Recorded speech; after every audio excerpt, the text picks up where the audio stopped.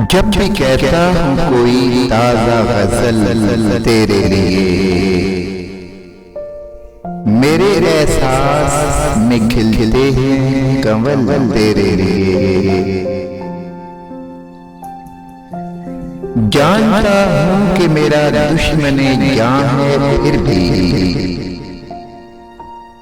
दिल की हर बात पे करता हूँ अमल तेरे लिए। दुश्मनी यूं तो किसी से भी नहीं है मेरी, सिर्फ हालात से है जंगो जदल तेरे लिए। आँख जमुना है मेरी, इसके किनारे आजा, मैंने बनवाया है एक ताज महल तेरे लिए। अपना घर गौर से देखा ही नहीं तूने कभी, ये तो दुनिया में है जन्नत का बदल तेरे लिए।